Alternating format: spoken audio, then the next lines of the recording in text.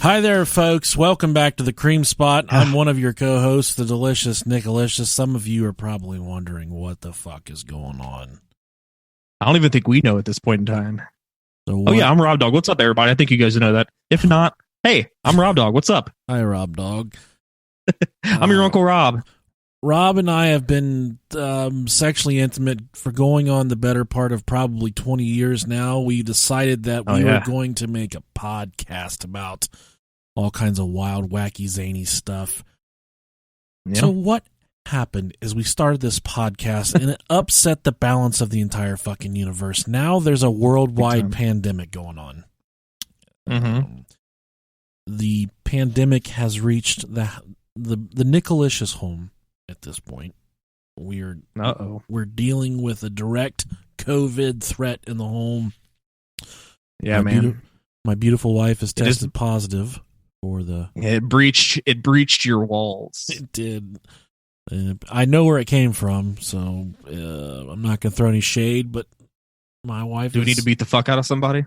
I mean, if you're in, no, it's a woman, so really, okay. The only thing I'm into beating is my meat. So equal rights and lefts, right? Jesus Christ! Oh man, I'm just joking.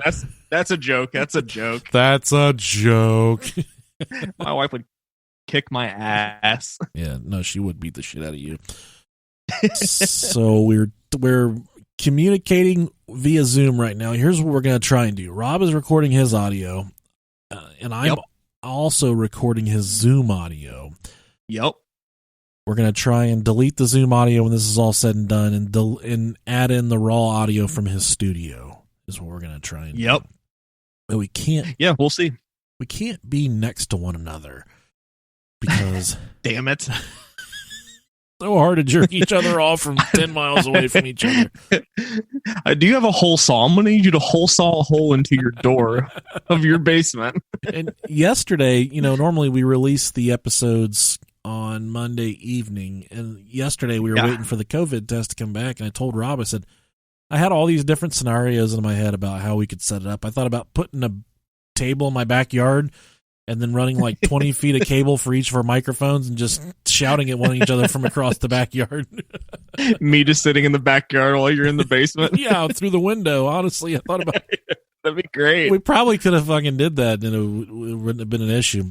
This is probably the safer model as you live with someone fragile and we don't want to get anybody sick and it's just... Oh, yeah. It's a fucking mess, dude. I hate it so much. But it is. It's a fucking whole... This year, man, has just been crazy. One thing after another. So, yeah, I just hope everybody there in Casa de Alexander gets pukes and shits their brains out real quick and gets over it real fast. I fucking pray I don't get that, dude. Yeah, no. Let's hit I up think you'd be immune to it, though, man. I think you got hit in November. I think I did too. I was down and out, but you were hurting. Dude. Who knows? I don't know. Let's get into it then. Yeah. First off, we have Harrison White. Thank you, Harrison White, for your Patreon pledge. Kelly Reed. Thank you very much, Miss Reed. Isaac Duncan, as I'm dunking my testicles inside of Isaac. Thank you, Isaac, for your Patreon pledge. Got him. Kelly Rose. Thank you very much, Miss Rose. Carrie, quite contrary. We're so thankful for your Patreon pledge. Thank you so much, Carrie, quite contrary. Big Mike. Sorry. Thank you, Big Mike. Big Dyke. That's like a really oversized lesbian, right? Or like, I don't know what context you meant that. I mean, yeah. Benjamin Jung the Dung. Wait, what? Yeah, Benjamin Jung. I like it. Thank you, Benjamin Jung. Parasite. Okay, cool. It's like COVID for bears. Parasite. That's terrifying. They're a beef curtain. Okay, yeah, there you go. Sean Wilbur. Thank you, Sean, for your Patreon pledge. Chris Beato, thank you very much. You have lovely glasses. I appreciate that. Thank you. Bumbo yes, Beato. And a very happiest birthday. Happy belated birthday to Justin Ward. His birthday was on Friday. From his wonderful fiancée, Ray Holiday. Patreon subscribers, happy birthday. Happy birthday. And last, but not like, just let it go, Rob. Sure. You can't see my face. I'm not laughing. I don't think any of this is funny. So, Cricket Pud Adkin, Cricket Pud, thank you for your Patreon pledge. Oh man. So I have an article for you this week, and this is no surprise here. What's going on? This comes from way of Vice.com. They always have such good shit at Vice. They really do. I was going to say, it's going to be good when it's a fucking article from Vice. In many ways, the advent of a global pandemic has been a stroke of luck for the sex doll industry. Rob, how many sex dolls have you accumulated over the COVID break here? 3. One of them was inflatable, so it has since popped because I'm fat as fuck. The other 2 are very fleshy and BBW ones, so they're very resilient and can handle a pounding. Lay the pound into them BBW ones. We have this really goofy friend that records rap music, and growing up, he had this oversized wife. Well, it was a wife, but she's gone now. He had this oversized, fucking oversized Big Bird doll, and we used to beat the shit out of it. We used to put it in dude, that's awesome. Yeah, wrestle with it. Sleeper holds, suplexes, butt fucking all kind. We would do whatever to this thing, and then one night I woke up in the middle of the night, and he had his tighty whities off, and he was dry fucking the shit out of this thing. No. Did it have an asshole? I don't know, dude. I was so afraid that he's like, let's go. And, we're in like first, second, third grade, something like that. I would go over there and hang and sleep over for the weekend. And he'd be like, you want to go wrestle? Big Bird. Yeah, we would pretend like we would set up all the stuffed animals around the room. And we'd do like WrestleMania. We'd do entrances and all kinds of stuff. And then we just proceed to beat the fuck out of Big Bird. And then he could never figure out why I never want to fucking beat up Big Bird after that. And I just want to tell him, like, look, dude, I woke up in the middle of the night, and all I could see was your asshole and balls from the back just drilling into this thing. Oh, that's so good. I used to do the same thing with my brother. Fuck him, I mean. That's not wrestle with him. But... this audio is really bad. You used to fuck your brother is what you're trying to tell me? Yeah, I mean, no, I didn't say that. Jesus. You got me all wrong, buddy. Oh, okay, where was I? Jesus, that Big Bird. We need to find that thing, do some DNA testing on it. That Big Bird's seen some shit. With most of the world under strict government instruction to self-isolate in the privacy of one's own home, consumer interest is hyper-realistic silicone-based sexual partners is at the all-time high. And it's not just lonely singles who are contributing to the boom in business. A number of Australian sex doll manufacturers and distributors confirmed to Vice News that sales have been surging ever since lockdown measures were enforced around the country, with some vendors now reporting twice as many weekly purchases compared to what they were seeing before the coronavirus outbreak. Good. Yeah. I think you can't go out to clubs and party and meet women or anything like that. You might as well stay inside and find inventive ways to masturbate. Yeah, whenever the FedEx guy finally arrives with your giant fucking sex doll, do you dress up for it, or do you just kind of, what are the expectations as far as presenting yourself to your new bride? I would want to request them to deliver it in a full size box with a clear face thing, so they know exactly what they're dropping off. You want like a Cabbage Patch doll box. Yeah, exactly. And it better have an open mouth. So you fucking know exactly what's about to happen. You guys actually sent me the one with no butthole, and I think I was really looking forward to just doing some really hard artificial anal at this point. I'm not happy with my purchase. Hey, I'm not gay, but I wanted the one with the dick and the pussy. There's no dick on this one. That's so terrible. That is so disgusting. I'm going to save them from the rest. Strokes for different folks. I'm going to save them from the rest of the articles. This is a really long one, but I just want you guys to know that there is a huge spike in sex dolls right now. So if you guys are back ordered, trying to get one of these fucking Rob Dog sex dolls. You know what? It makes total sense to me. Dude, yes. It does. They're always half price. Half price. Nobody wants that.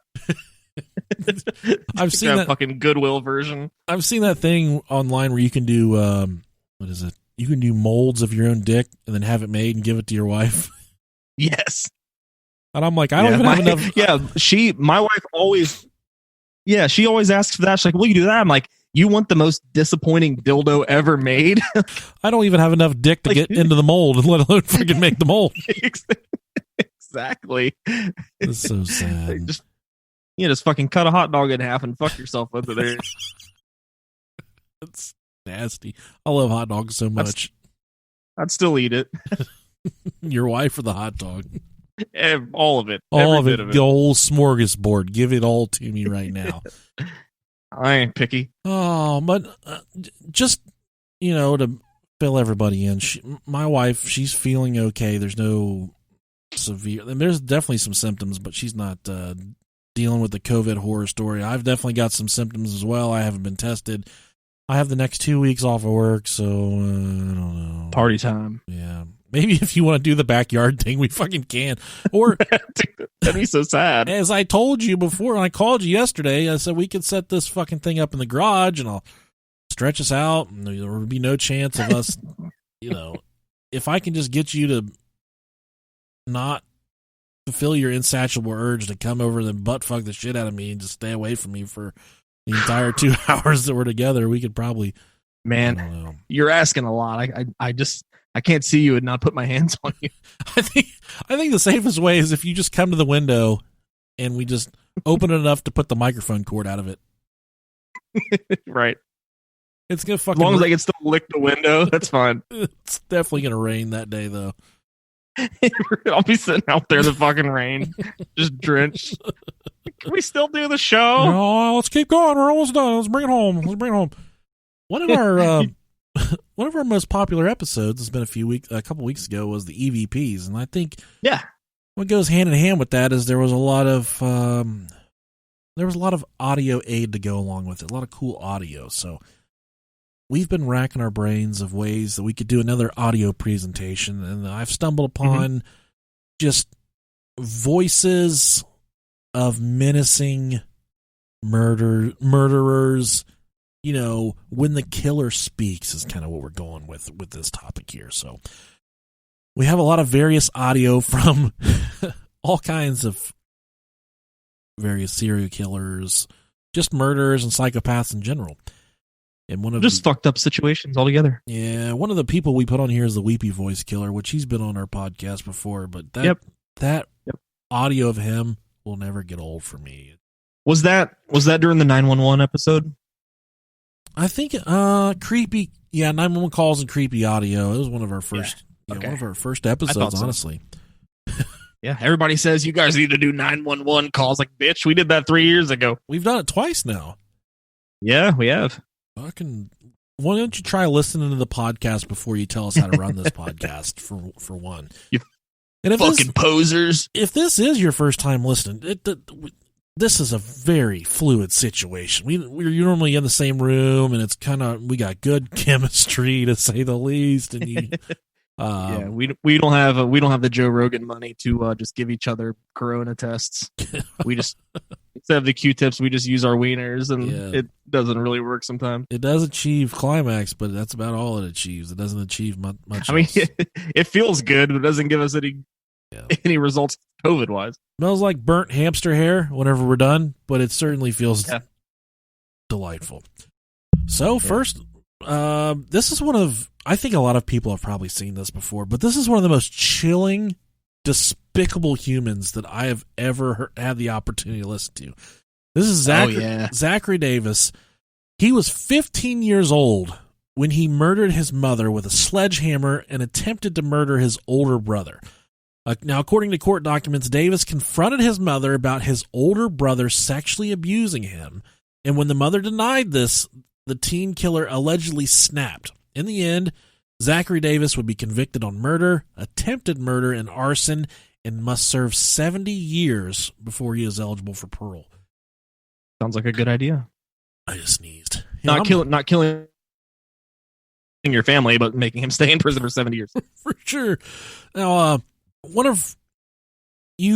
I know a lot of people have probably seen this before. It's of a Dr. Phil interview where he is seated with Dr. Phil, And this motherfucker is just absolutely off his gourd. And we're going to play that audio for you right now. Hell yeah. Yeah. You killed your mother. Oh. And why did you kill her?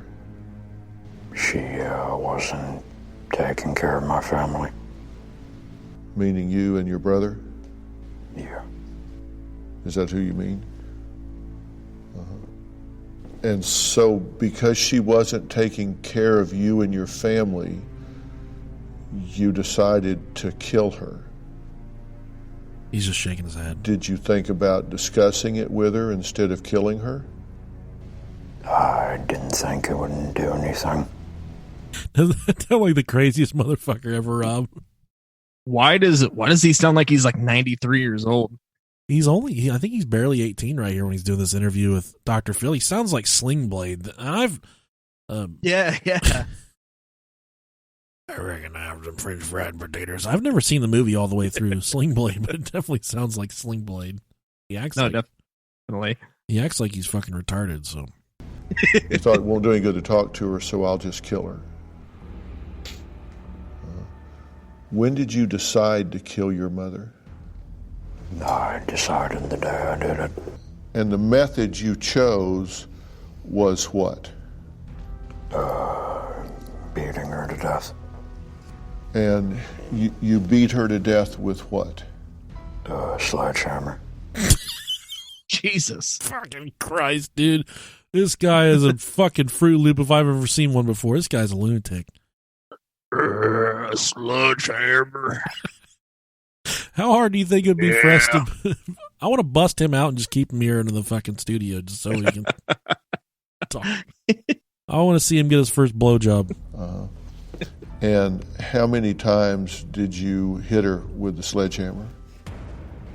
I don't remember. About. Did you hit her once, or did you hit her 10 times or 100 times? I'd say about 20 times. Oh, shit. Jesus. Was this a 3-pound sledgehammer, 5-pound sledgehammer? I don't know. Heavy. Yeah. Way bigger than a hammer. It's a fucking sledgehammer, Dr. Phil. What the fuck does it matter? 2 pounds. When he asks him right there, it's enough to crush your fucking skull. He starts laughing. The dude starts laughing. Yeah. And where did you hit her? In the head. Where was she when you did this? She was in her room. What was she doing? She was asleep. Okay, so your mother was asleep in her room, and you opened the door and went in there? Okay. And you need to help me understand here. You're standing outside her bedroom door. You've got a sledgehammer in one hand. You've got your hand on the doorknob with the other. And you open that door. What's going through your head at that moment? I don't remember. My mind was pretty much blank. Where did you get the hammer? Potatoes. I was thinking about how good my mom's pussy looks. That's disgusting. I was always jealous of my brother's dick. But not to defend this guy, but I think it was Wikipedia where I got the little brief synopsis. It says that he was trying to tell his mom that his brother was raping him and sexually assaulting him, and she just was like brushing it off and didn't want to do anything about it. He was fucking just took matter into his own hands, I guess. As a parent, that's, if your kid comes to you and tells you some shit like that, you should probably fucking deal with it. Obviously, if it's factual, that's definitely something that needs to be dealt with. That sucks. Has your carpet ever come down the steps like a slug and came to you and talked about how hard your son's been fucking it? No, I think it's kind of consensual at this point. Because we've talked very candidly about how one of your sons fucks the carpet sometimes. Hopefully he's growing out of that, but yeah, man, he humps it. He doesn't do it nowhere near as much as what he used to, but yeah. I mean, it's one of those things. It's like, I don't know. you don't know really how to handle it. I mean, I don't want to tell him that what he's doing is fucking bad, because then he's going to grow up with a complex and think that. You should set him down and just be like, you think that carpet feels good, boy. You should feel your mom sometime. Oh, God. You'll wait till he's about 17 to tell him that, though. Really fuck him up real good. Okay. Here comes the killer. I got it from our garage. Did you go out to the garage to get it? What kind of animals keep sledgehammers in the garage? Right. And this was about 11 o'clock at night, right? Yeah. So where were you right before you went to the garage? Where were you when you made up your mind to do it? I was in the living room. Why kill her that night? Why not kill her a week earlier or a week later? Something made that night the night. I had enough. You had enough? Jeez. Why that day? He's I laughing. just thought it was a good time. He's laughing right there. You remember? What the fuck? I've had enough of that fucking guy.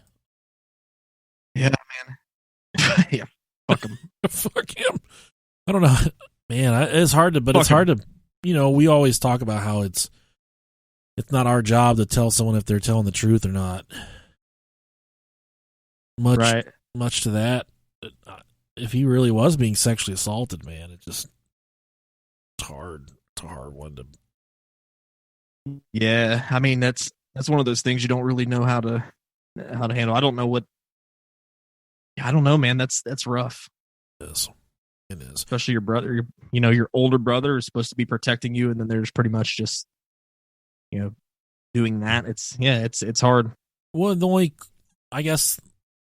comfort I have in that situation is he would kind of expect to know what the wiener looked like, because it would be in a brother and all. They probably have pretty similar dicks, so he's not, when it's about to happen, he's not expecting a giant gut ripper to flop out on him. He's expecting a similar size wiener to him. Kind of one of the most, I guess, degrading things you could ever go through is to have a brother that probably had a wiener 4 times your size. Then you got stuck with the short dick. Like God gave him all the dick. Like there was enough dick for you guys to both have 7 inchers, but instead he got the God could have split the fucking difference. If that's not enough for you to be an atheist or a devil worshiper, I don't know what the fuck is. Oh Jesus! God gave him an 11-incher and gave you the 3-inch pounder. You guys both could have had 7s comfortably. Yeah. Jeez, that's a fucking joke. All right, Rob. Why don't you tell him about your favorite? This is why I know he's one of your favorites. Tell him about the weepy voice killer. Sure. On December 31st, 1980, Stefani. Wait, what? I think that Stefani beat. Is that it? Yeah, Stefani beat Karen Podick in St. Paul, Minnesota, inflicting severe wounds and brain injuries. Stefani himself called police at 3 a.m. to report the attack, directing police to the location where there is a girl hurt there. His next victim was Kimberly Compton, an 18-year-old student from Wisconsin, on June 3rd, 1981, in St. Paul and a neighboring Minnesota. After killing her, he again contacted police, pleading, "Goddamn, will you find me? I just stabbed somebody with an ice pick. I can't stop myself. I keep killing somebody."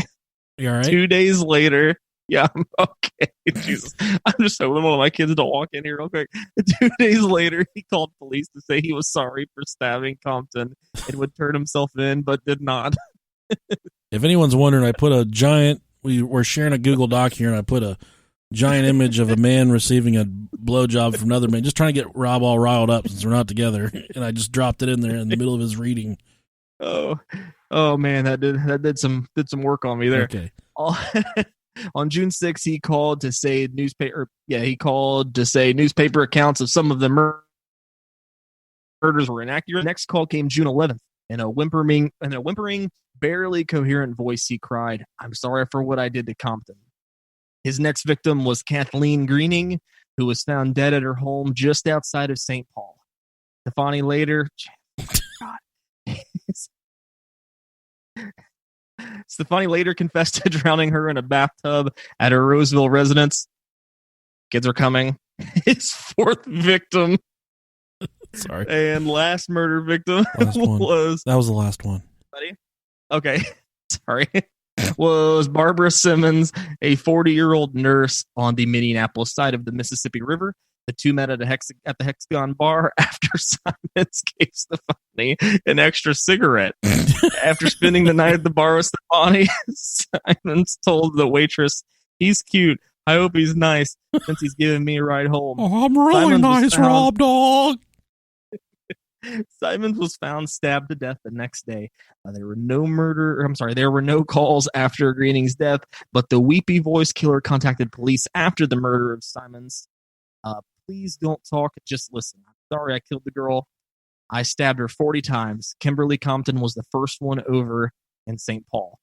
During Stefani's trial in the Simmons murder case, Stefani's ex-wife, sister, and a woman who lived with him testified that they believed the hysterical caller revealed the attacks was the attacker was Stefani. Those observations alone were not enough to identify Stefani as the weepy voice killer, since the hysterical crying distorted the voice. Stefani was convicted of the Simons murder and of the attempted murder of Williams and was sentenced to 40 years. He died in prison in 1998 from cancer. All right. We have the audio of the weepy voice killer. Let's play that. Don't talk, just listen. Let's play it. Sorry about those gay wieners I put up there. This guy. It's okay. Don't talk, just listen. Like, I'm going to make a promise right now. This is 1 minute and 35 seconds. I'm not going to cut into this audio at all because it's going to be too tempting to make fun of this guy. It'll just play too easy. Play it all the way here. Don't talk, just listen. Okay. I'm sorry what I did to Compton. I couldn't help it. Don't know why I had to stab her. I am so upset about it. I keep getting drunk every night. I can't believe it. It's just like a big dream. I can't think of being locked up. If I get locked up, I'll kill myself. I'd rather kill myself than get locked up. I'll try not to kill anybody else. Fire emergency. Please don't talk, just listen. I'm sorry, I killed that girl. I stabbed her 40 times. Kimberly Compton was the first one over at St. Paul. I don't know what's the matter with me. I'm sick. I'm going to kill myself, I think. Where are you? I'm just going to... If somebody dies with a red shirt on, it's me. I killed both of you. Okay. I'll never make it to heaven. Calm down. Hey, quick question. Do you think... Finally, I just stabbed somebody with a knife. Hold on, do what? Do you think he's saying don't talk, listen, because he knows he's talking to women? Oh, Jesus Christ, I'm so bad. Oh, sorry. God. I'm done. I have no affiliation with you at this point. You're despicable. I hope you get awful. fucking gonorrhea. I don't mean it. Finally, I just stabbed somebody with a knife stick. I can't stop myself. I keep killing somebody. Yes, please. This is an emergency. Please send a squad to Pierce Butler Road, Molenberg Manufacturing Company, machine shop. Please, there's an ambulance too. There's a girl hurt there. Can you tell me what happened to her? Just hurry. She's laying on the ground in the back by the railroad tracks, by the edge here. Hurry. What's the address? I don't know. Who are you?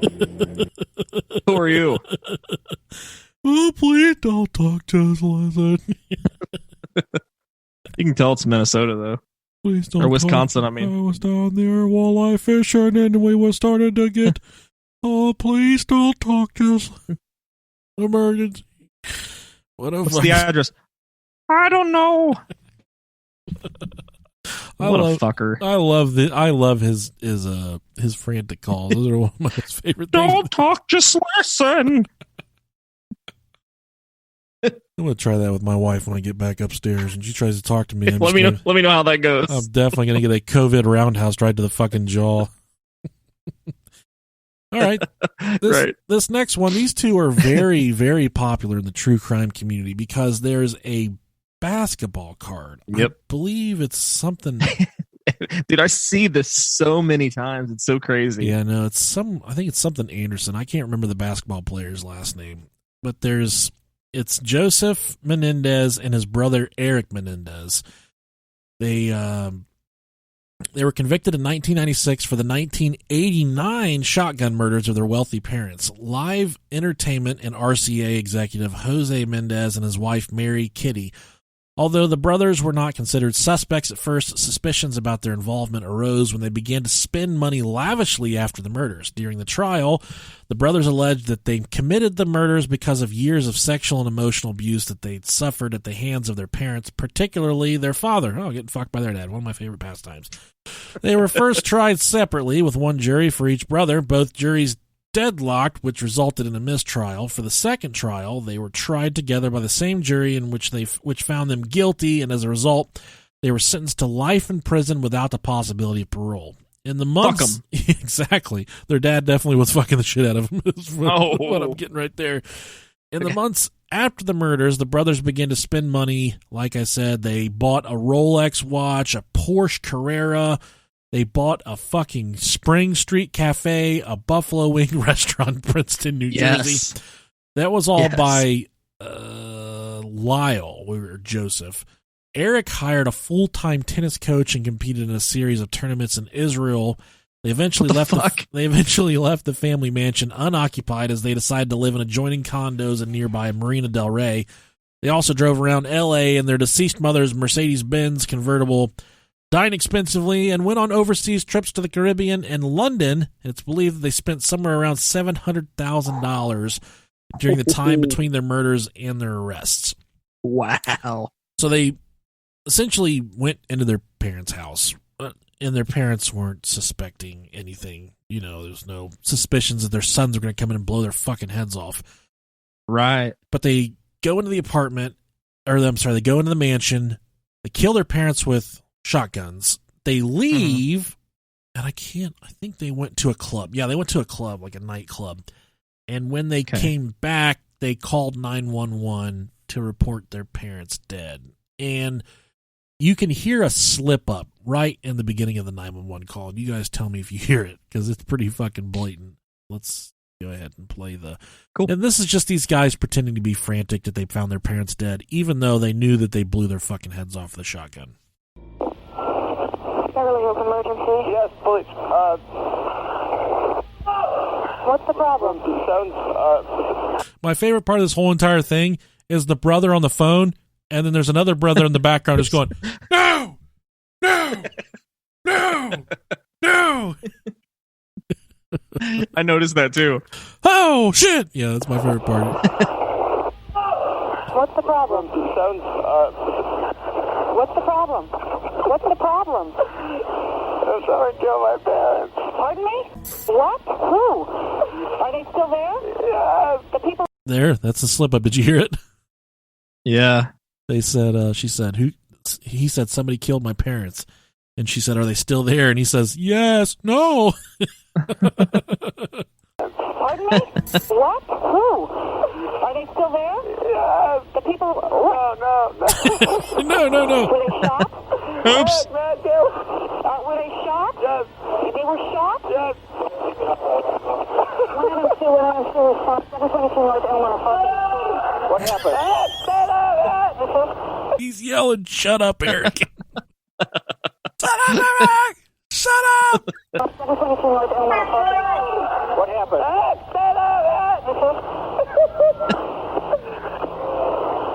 I have a hysterical person on. We're trying to get things further. Other units are funny. And this so much reminds me of Dale and Brennan when they find out that their parents are getting a divorce. Yes, exactly. Is the person still there? What happened? We have units around. What happened? Who shot who? I don't hear anything. I just came home. You came home and found who shot? Mom and Dad. You know what? They're still in the house. The people that did the shooting. Get away from me. Yeah, Okay, hang on. we're still here. Let me talk to Eric. Eric, phone's for you. Who is the person that was shot? My mom and my dad. Your mom and dad? My mom and my dad. Okay, hold on a second. Okay, we're on our way over there with an ambulance. Okay, I gotta go. Yeah, he got off the phone. They didn't like that. Oh. Hello, this is police department. Yes. Okay, I want you to come outside. Okay, just come out the front door. I'm gonna get my brother. Yeah, so that's the 911 phone call from those fucking twitwits. Jesus. Oh, there's a fucking clown. Oh, shit. Oh! Oh! Fucking love it. But they, if you, like I said, they have a huge true crime following behind this story because there's a like a Topps basketball card of these guys sitting courtside. I don't know. It's let's see, basketball card. It is Topps. Mark Jackson and the Menendez brothers are sitting behind him courtside at fucking New York Knicks game after they've murdered. I thought it was a Knicks game. After they murdered their parents, so you guys can check that out. And now a quick word from some of our sponsors. Oh, yeah. Next up on our list here is Angela Simpson. Oh, this is my most favorite one out of all of the ones that I found. Cool. This bitch is fucking nuts, dude. And you can tell she had no remorse. I'll do this one. I'll let you do the next two because I'm super into this one. Phoenix police called it one of the most heinous homicide cases the department has ever seen. In reading the story is difficult. It's difficult to disagree. Terry Neely was 46 years old, and he resided in an assisted living facility, and he got around with the use of a motorized wheelchair. But his biggest problem in life was not his physical handicap.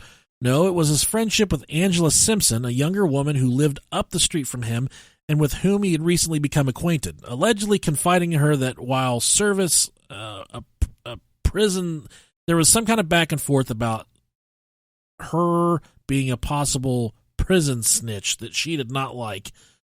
So she attempted to lure him to her apartment.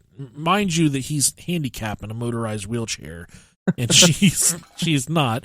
What happened there is so dark and graphic that it nearly defies imagination. Neely was last seen at his assisted living facility at around 8 p.m. on August 2nd, 2009. It was soon after that police believed that Simpson, offering him drugs and sex, brought him to her vacant apartment. Once inside, Angela Simpson became violent. She hit him with a tire iron and pulled his teeth out. Ooh, jeez. Forcing him to watch his own torture in front of a mirror.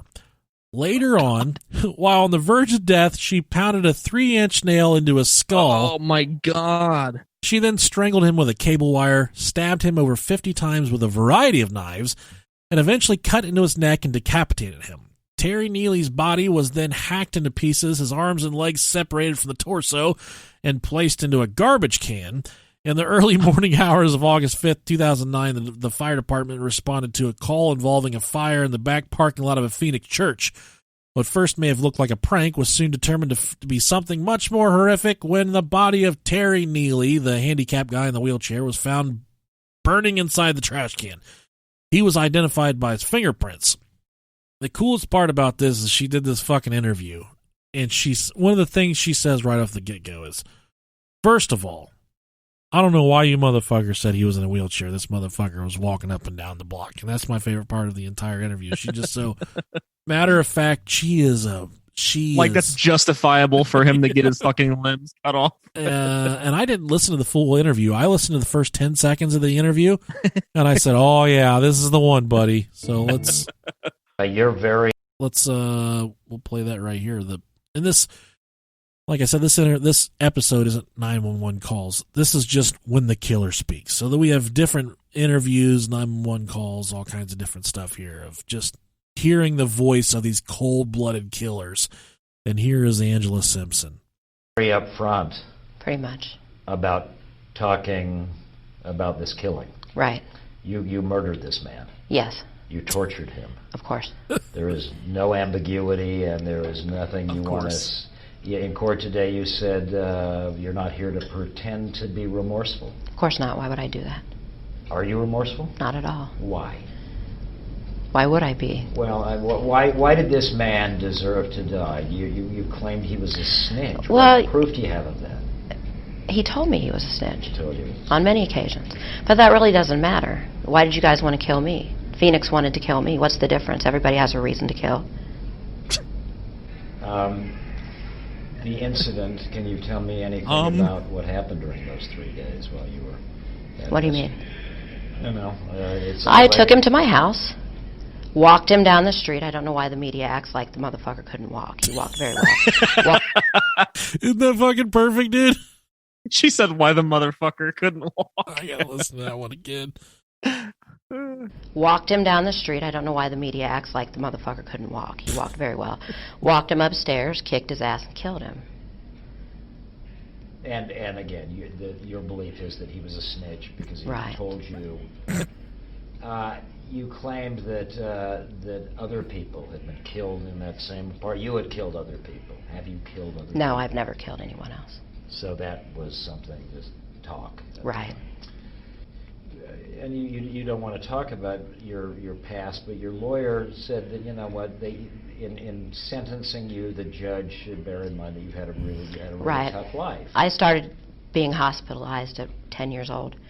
I have a mental history from 10 years old until present, so, yeah. When you say mental history, I mean, do you care that anyone feels sorry for you? Do you want anybody? Feel sorry for me. Yeah. Should the people who are watching this say because she had a bad childhood, Of course not. because she had as mental illness? Of course not, no. That we should feel some sympathy for you? No. You would not have that. I want no sympathy, no.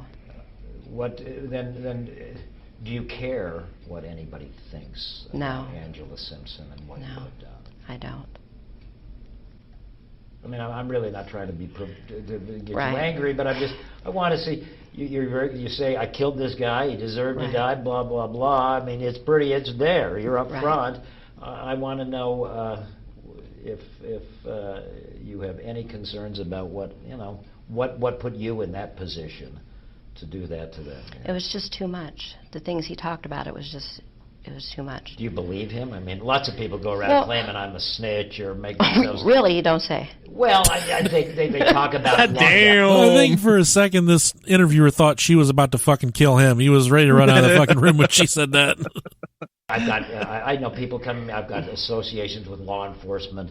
You know, I've got this... I'm a friend with this Do you happen to have a list of those people? They name drop... Well... Damn, dude. Maybe in the circle. You're ready to fucking kill him. Saying. Right. People say lots of things to make themselves sort of look... Well, he picked the wrong to say that to. Oh, God. If he wanted to brag about putting so many people in prison. Hold on a second. I'm going to have to take that part out. I got to put a marker right there. I was not expecting the hard R there. We're not. I mean, she is black, though, so she's... Wait, she is? Yeah, she's black. She's... Wow. She's definitely she's definitely black. I got the video right here. Huh. But I definitely don't like using the hard...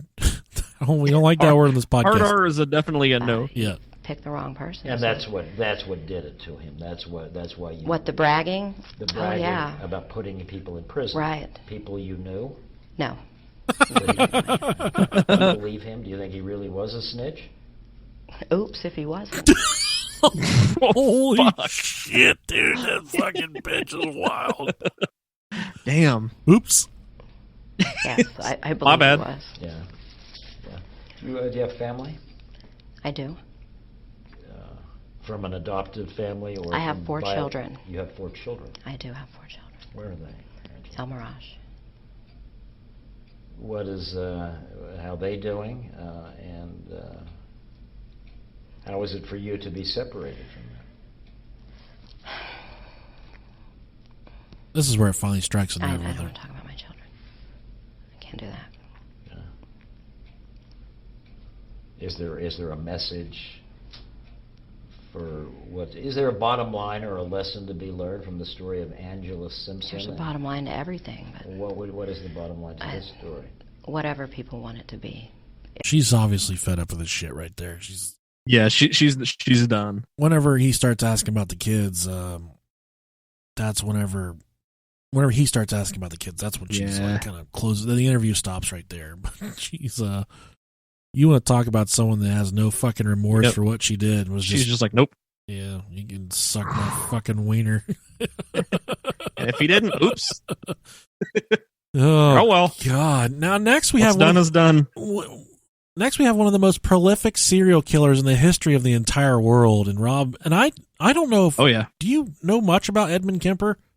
Nothing more than what I'm about to read here. Yeah, dude, I knew nothing about him, but I was reading about his atrocities.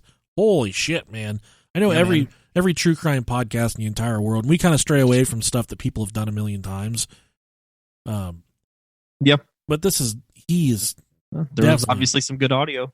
He's definitely worth talking. He's definitely worth doing an episode over. But I'll let Rob tell you about Edmund Kemper. Sure. Ed Kemper, he was born December 18th, 1948, and he is an American serial killer, rapist, cannibal, and necrophile who murdered 10 people, including his paternal grandparents and mother. He is noted for his large size at 6 feet 9 inches. Oh, yeah, he's a big old fucker. Yeah, and he's super smart, too. He possesses an IQ of 145. Mine is about 45. No, you can definitely hear the intellect of this guy in this interview that we play. He's just you can Bundy tell was the same way. He's got a way with words. Yeah, but this guy is he's a super smart dude. Yep. So Kemper was nicknamed the co-ed killer, as most of his victims were female college students. Born in California, Kemper had a disturbed upbringing.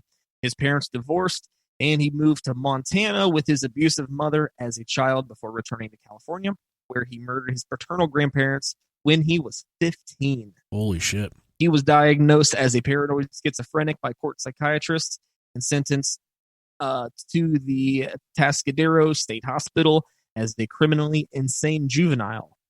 Released at the age of 21 after convincing psychiatrists he was rehabilitated, Kemper was regarded as non-threatening by his future victims. He targeted young female hitchhikers during his killing spree, lured them into his vehicle, and driving them to secluded areas where he would murder them before taking their corpses back to his home to be decapitated, dismembered, and violated. Kemper then murdered his mother and one of her friends before turning himself into the authorities. Found sane and guilty at his trial in 1973, Kemper requested the death penalty for his crimes. A capital punishment was suspended in California at the time, and he instead received 8 concurrent life sentences. Since then, he has been incarcerated in the California Medical Facility. Kemper has waived his rights to parole hearings several times and says that he is happy in prison. Well, I guess. I looked it up when I was reading about this guy. He used to decapitate the heads, and then he would fuck their mouths after the head was chopped off. That was one of his favorite things to do, and there's a... Weird. I can't remember the name for it, but there's a certain name for it, but he would cut the heads off and then fuck the mouth, which is really fucking... Okay, man. That's really honing your craft right there, I think. And all right. The word that's used for it, I can't remember it, is the same word that there's actually a word for face fucking. It's some type of no, there's like a medical word for it. Yeah, like a proper term. Fellatio is, when someone willingly sucks your penis, but if you just like fuck someone's mouth, there's another name for it. I have to look at it. Okay. Hell yeah. Let's see. Official term for face fucking. Let's try Googling that real quick. Irrematio. That's what it's. The fellatio is when someone willingly sucks your penis. Irrematio. IRRUMATIO is whenever you just fucking face fuck the ever living dog shit out of somebody. Hell yeah. All right, so let's hear Edmund Kemper. He's kind of a smart dude. I'd like to chat with him. He seems like he'd be a good conversationist. You were involved in the campus because your mother worked there? Yes. I was also involved in killing co-eds because my mother was associated with college work, college co-eds, women, and had a very strong and violently outspoken position on men for much of my upbringing. My mother was a sick, angry, hungry, and very sad woman. I hated her, but I wanted to love my mother. I was getting less detectable. I started flaunting that invisibility, severing a human head, 2 of them, at night in front of my mother's residence, with her at home, my neighbors at home upstairs, their picture window open, the curtains open, 11 o'clock at night, the lights are on, all they have to do is walk by, look out, and I've had it. And then 5 minutes later, I'd put that away, and there'd be a knock on the door, and I'd put it away and answer the door, and the landlady would be there, and we'd discuss it. Discuss what? Reality. Her reality, not mine. Some people go crazy at that point. I felt it. It was one hell of a tweak. I mean, to just flip out and not know where I was. To be walking up the stairs with a camera bag that belonged to a young woman that had her severed head in it. Walking up to my apartment, past a happy young couple coming down the stairs who nodded and smiled at me as they went by. Isn't it crazy how fucking cold-blooded, just nonchalant he is about all this shit? Yeah, it's just like a normal conversation, like he's talking about what the fuck he's going to get at the grocery store later. But you can tell he's way smarter than us. No, definitely. Good evening. But we don't kill people, that's it. Right, exactly. People like us. Where I'd love to be going. Yeah. And I'm aware of both of these realities, and the distance between those two is so dramatic, so amazing, so violent, that really, I could feel the wheels squeaking inside. That was really pulling on it. And I imagine at that point some people break. But I didn't literally go insane. I didn't get lost. And for 2 months I hadn't killed. And I said, it's not going to happen to any more girls. It's got to stay between me and my mother. And it's got to, I can't get away from her. We're still fighting. She's still belittling me. I'm like a puppet on a string, and I entertain her. She knows all my buttons, and I dance like a puppet with that pain. And it had even gotten physical, to where I had physically grabbed her and thrown her onto her bed, trying to emphasize a point that I was threatening to kill her. So here I pick up these 2 young ladies in Berkeley, on Ashby Avenue. One has flowers in her hand, petite little dolls. They're in granny dresses, and they're hitchhiking, a couple of real experts. I want to see how together I am, if I can resist this temptation. Oh, God. You going to Walnut Creek? Great. And this is like a dramatization that they're playing right now on the YouTube, so... okay. This isn't... He didn't, record it. They want to go one way. I know they what the fuck need to was go that? the other. If they go the way they're insisting on, we're headed right back out to where the first 2 co-eds were murdered. And I'm saying to myself, oh my God, all I got to do is relax, and they'll take me to their death. I've got the gun in the car, the same one I've been doing it with. I insisted. As gently as I could, I took them where they needed to go, to their college.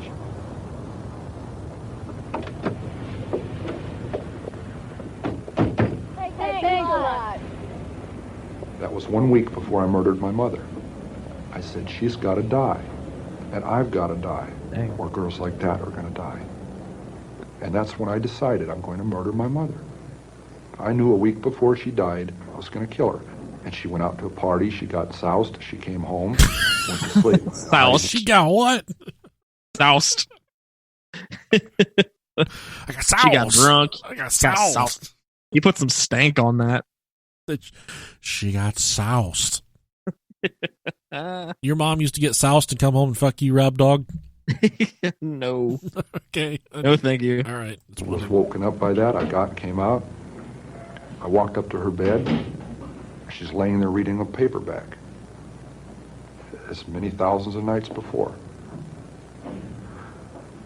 And she said, oh, I suppose you're going to want to sit up all night and talk now.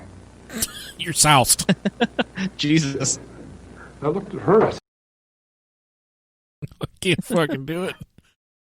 I thought when you go through the Taco Bell drive-thru and you like, oh, you didn't give me enough sauce, and they just open up the drive-thru window and they throw like 50 of them motherfuckers out. That's called getting soused. Catch a handful with your glove box. That's getting soused to me. I don't know what kind of sauce he's talking about. I don't know either. You're absolutely right. He definitely put some fucking stink on that when he said that. He did. I said no. Good night. Now he's crying. And I knew I was going to kill her. You know? Jeez. And it's so cold, it's so hard. And that's the first time in 10 years I've looked at it that way. I mean, that intensely, that honestly. It hurts. It came out of my mother. And in a rage, I went right back in. For 7 years, she said, I haven't had sex with a man because of you. My murderous son. Is one of our arguments. Damn, she didn't put that on him. I cut off her head. And I humiliated her corpse. It's there. You know? 6 young women dead. I wonder what he means by he humiliated her corpse. I wonder if he fucked his mom after she was dead. I don't know. I think he probably like took her outside and like played a practical joke on her in front of a whole bunch of people. Dragged her across a banana peel on the ground, made her fall. He like made like a anvil fall on her out of nowhere. I hope he didn't fuck his dead mom. That would be fucking gross. That'd be yeah. Like I said, I don't know much about him, but that would probably be that's a kicker right there for me. That's a good one. The way she raises her son, and the way her son is raised, the way he grows up. And what's her closing words? I suppose you want to sit up all night and talk. Yeah, what a fucking nut job, dude. Definitely. I mean, I think in order to do something that crazy, you got to be kind of a nut job. Now this, we definitely need to do an episode on him because he has all the goods. Hell yeah, man. Down. I think this next one you'll have to open up the article because I didn't. Yep, I already got it open. All right, yeah. Tell us about this. Tell us about this next one. This person. Let me see here. Paris Bennett, a psychopath, murdered his sister in revenge for his mom's drug relapse. And the article and the audio we're using is an interview he's doing with Piers Morgan. Cool. This week, Piers Morgan will go behind bars to meet a diagnosed psychopath who murdered his 4-year-old sister at the age of 13. Paris Bennett stabbed his younger sibling Ella 17 times after convincing their babysitter to go home for the evening. The then teenager, who is a genius with an IQ of 141. You know what? At this fucking point, I'm glad I'm dumber than a box of rocks. I've never fucking killed anybody. I've never fucked my dead mom.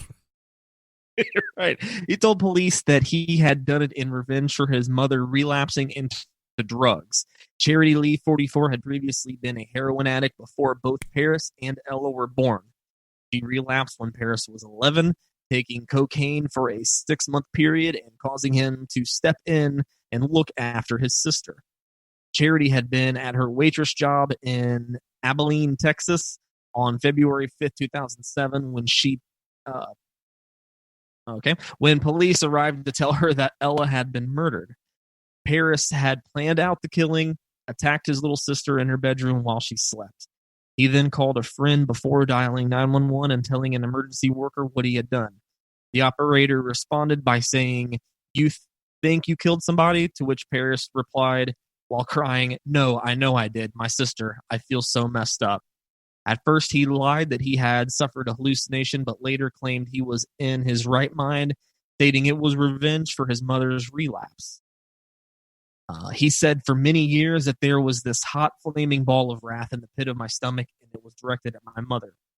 One of the reasons why I chose to kill my sister and not someone else is because I knew by doing that, I could hurt my mother in the worst possible way, because I had always known as a child that the most devastating thing to my mother would be the loss of one of her children. And I found a way to take that away take away both of her children in one fell swoop. He still maintains that he is not insane and did not suffer from any mental illness. Charity said she managed to forgive her son after recognizing him as a predator, likening him to a shark, unable to be anything other than be what they are. She wrote in Good Housekeeping, she has learned to live with the past, but will never understand why Paris did what he did. 2017 documentary, she said that she would be frightened if he was free particularly as she now has another son, Phoenix, born in 2013. Paris has, of course, never met him, as he is not allowed to have any contact with Yeah, we're children. not going to bring him for the visit today. You're going to just going to be me and you there, buddy. Yeah. So Charity said, if Paris wasn't in prison or was able to meet Phoenix, I would have to do a lot more soul searching. She now runs the Ella Foundation, set up in 2007 to aid those affected by violence, mental illness, and the criminal justice system, and does public speakings across the U.S. Wow, what the fuck? That's a fucked up situation, dude. The fact Yeah, that she man. still goes to see him, that's... this guy is a fucking psychopath. Let's play the audio right here for you. Do you remember what happened after the emergency services turned up at the house?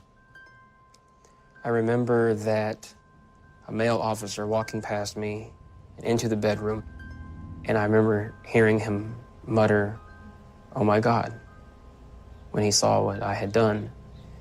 And I remember I just felt like I was drowning in shame, knowing that they saw what I had done and knew that I had done it. Your sister Ella was just a young girl, obviously. What were your feelings towards her as her brother, her older brother? We could sit here and talk all day about my feelings for my sister. A description of my feelings isn't something that I can give you in the brief time that we have together, because I loved her. I loved her with every fiber of my being. Doesn't seem like that in the present tense. Yeah, obviously not, Yes. fucker. I mean, she's dead because you killed her. Yes. But you love her. Yes, I do. Do you think you understand what love is? I mean, are you capable? I don't really know how to answer that question. And I'm not saying that to be difficult or stubborn, but it's not simple. So I can't just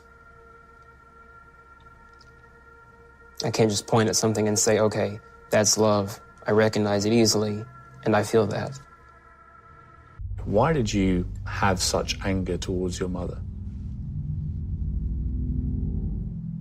I spent a lot of time feeling alone as a child. A lot of time feeling left out, not only by my His mom has headphones on. She's listening in the next room while he's fucking giving this interview to peers, but also by my own family. You had done this specifically in the end. Yes. To cause your mother maximum pain. This has achieved your goal, which was to effectively mean your mother lost both her children at once. One to death, one to incarceration. When you saw her completely grief-stricken and in utter torment, that is what you were hoping to achieve by your actions. So I'm just curious whether the reality of what you hope to achieve lived up to your expectation or hope. No. At no point did I ever feel like I had accomplished something or that I had achieved a goal. And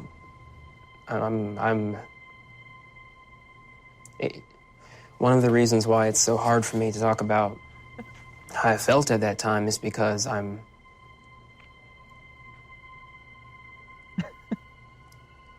completely estranged from who I was then. And now I can't comprehend how I could ever have thought that.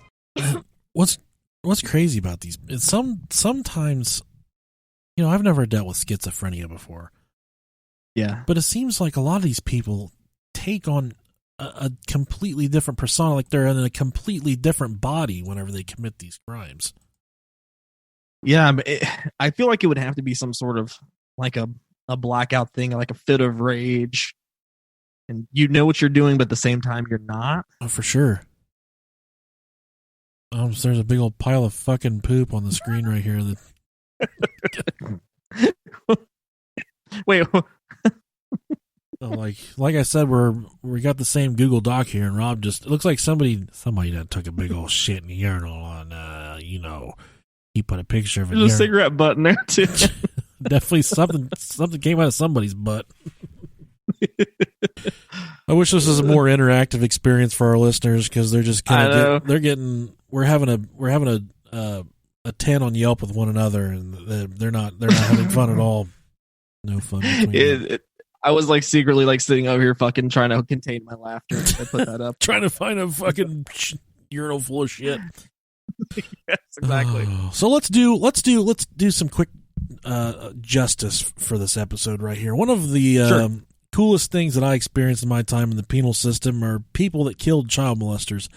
I certainly had a soft spot for those men, but oftentimes the men that would commit these atrocities were guilty of crimes on their own that would make them unlovable. But once they got in the prison system, they would kill child molesters. And there's a big movement on Facebook right now, kill the fucking child molesters, that shit, which I'm completely fucking cool with that. Whatever you want to do. Fuck them. Yep. This next, this is our last one actually, which is good because I'm starving. This is me too, man. Steven Sanderson. Some people think Steven Sanderson is a hero for killing his child molester prison cellmate. Sanderson said, but he wants the world to know that he is not a hero. It's been 2 months since, and this is from 2015. This article is from mlive.com. People think I'm some kind of hero when I'm actually not, said Sanderson. Moments before Saginaw County Chief Circuit Judge Brad Burchard sentenced him for killing Theodore Dyer in October at the Saginaw Correctional Facility in Freelance. Sanderson said some people have criticized his actions as well. I just did what I thought was best in the time I was given, Sanderson continued. Okay. I've been getting these emails saying that, it's not my position to judge anybody. I want to make it quite clear that I didn't judge him. I know God is the only judge we have. I just set the appointment up. Hey, he just played secretary. I like that. Sanderson, 51, pleaded guilty in February to second-degree murder for killing the 67-year-old Dyer, a Grand Haven native who was serving 25-year minimum sentence for first-degree criminal sexual conduct against someone under the age of 13. Sanderson already is serving life without parole for murdering his girlfriend in 1991 Wayne County. That's a fucking life. Fuck, he ain't got nothing to lose at this point. Exactly. Yeah. In a confession to the police the next day, Sanderson said he confronted Dyer about his conviction and that he began assaulting Dyer after Dyer would not stop trying to deny it or justify it. After knocking Dyer unconscious, Sanderson used Dyer's shoelaces to strangle him. And in this, I guess it's a confession video. We're going to go ahead and play that because that's kind of the him describing the incident. So we're going to play that. It's about 3 minutes long. Sure. Nice. Good stuff. Real good stuff. Why don't you just go ahead and tell us what happened? All right, I guess he decided to clear his conscience or something, but, he told me what he was in prison for, that he had, Just to stop real quick, I think every fucking cop in the entire world wishes it was this easy. They just set somebody down and say, tell us what happened. And this motherfucker is like he's like an open book, buddy. He just says, well, I guess he was trying to clear his conscience or something. This is really good shit. Was accused he picked the wrong motherfucker. An 11-year-old girl, and he got 25 to life for it. And, I told him that's enough. I don't want to hear any more. I first, punched him a couple times. Still wouldn't shut up. Still kept telling me he wanted to explain that he didn't do it, that he was being set up and all this stuff. And I don't know, I just got mad and then hit him and then I killed him. When I hit him and knocked him out, and then I took the shoelaces out of his shoes, tied them together, wrapped it around his neck, and strangled him. Damn, even took that guy's shoelace. He didn't use his own. That's why if I ever go to prison, I'm getting fucking Velcros, dude. I'm not fucking around with shoelaces. Right. I'm getting some Velcro loafers or Crocs for sure. Yep. After I was done, I was aware of what I was doing, and then I just put him on his bed and covered him up and climbed in my bed and went to sleep. Jesus. I noticed that we've been in your cell, that it appears that all of your belongings you packed up. Yep. Okay. When did you do that? Right after I knew he was dead. Right after you did. So yeah. He knew he planned it. He was like, all right. He knew he was moving out. Yep. He was going to the hole, dude. He said, I'm fucking riding out of here. He packed his shit up. Yep. I love it. He's already preparing it. Because when you go to the hole, that's usually what the police do, to pack it up. And I figured, yeah, they're going to tear my shit up, so let me just do it myself. So what happened to the shoelaces? Flushed them down the toilet. Okay. Now, those laces came out of the Damn. He didn't even get to finish the question. He fucking knew exactly what he was going to ask him. Oh, man, that's perfect. This dude, I love him. He's a fucking hero. We got to buy him some ramen noodles. Put some money on his books. For sure. Mm-hmm. Yeah. And then when you were done, you flushed it down the toilet. Mm-hmm. Why would you do that? Because I'm an idiot. I don't know. Obviously I don't think right. I'm in prison for most of my life, so my thinking isn't really rational. I don't know. I just kind of thought that was the appropriate thing to do at that time? Yeah. Yeah. I guess. I don't know. I know murdering somebody's not a good thing, but I mean, Jesus, man, if the things this guy did, things he said he did, I wouldn't want someone like that on the street. So I do what's necessary. I don't blame it. People won't. I mean, you guys are cops. You arrest people all the time for stuff that you wish you could shoot them in the face. I already know that. I'm not stupid. The cop's laughing. There's He's just cracking up.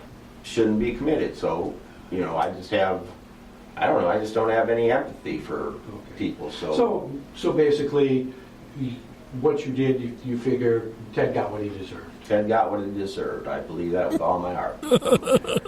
Nice. I hit him a couple times, and I pulled the chair back and sat in the chair, and then he kind of got up posturing on me.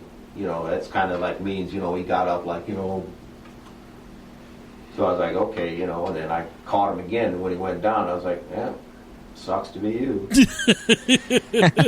just don't think stabbing or shooting somebody's a little too impersonal. If you're going to kill somebody, you might as well be personal about it, right? Use his fucking shoelaces. Damn. Yeah, I know it sounds kind of crazy, but if you have to go to that extent, I want it to be personal. I don't like violence, but if I have to go to that extent, then I want it to be personal.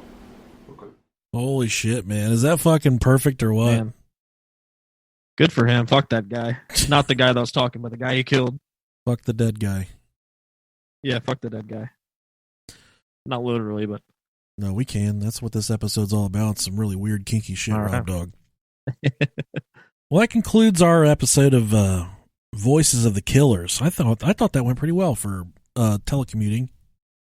Yeah, for what we're presented with right now, I think so. I'm going to have to go back and edit out a strong racist word that the black female used describing herself, I guess. I think that's what she was. Yeah. It's unfortunate. I don't know how long Rob and I are going to have to be away from one another. It's kind of... Distance kills me. Uncharted territory at this moment. Hopefully we can work something out. But this Zoom thing worked out pretty well. Hopefully, I think it did. You can send me your audio, Rob, and when you render it, do it in 44K if you can. Always. All right. Now, is there anything else going on in Rob Dog's world that's worth talking about this week, buddy? Fuck no, man. My mother-in-law had some surgery, so my wife was away for 5 days. I did absolutely fucking fuck all. It was glorious.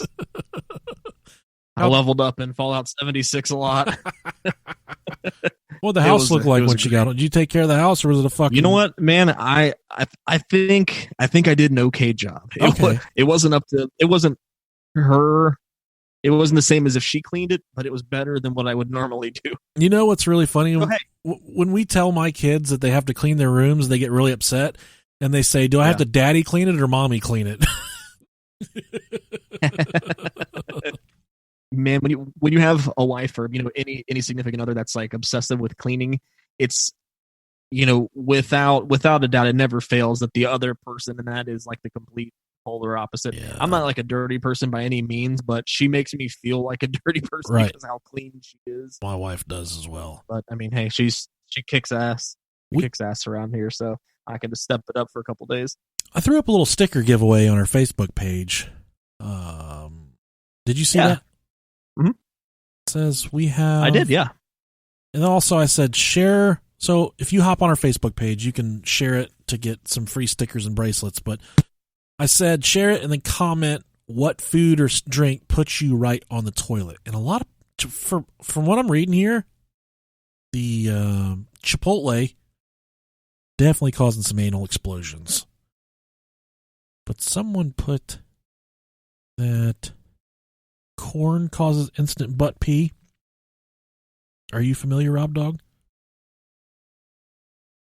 I don't know. Rob is gone. I don't know what gives Rob. We're just going to end the episode right there because he disappeared and it's time for me to get food. Chipotle makes my butt pee. Okay. Are you back? Yeah, I think I'm back. What happened? I bumped a cable and my whole interface came unplugged. My fault. I'm sorry. Oh, it's my fine. recording stopped recording, so the audio is going to be a little weird at this point, but it's okay. I got back. What gives you the screaming shits, Rob? That's what we're asking right now. Chipotle seems to be the consensus. My mother-in-law's chili. Right. Someone put hot Cheetos without a fail. Like, oh, dude, I love hot Cheetos, but they don't give me the shits too. Yeah, a lot of anything with a lot of beef in it usually does it, especially if it's not drained out well. Greasy meat.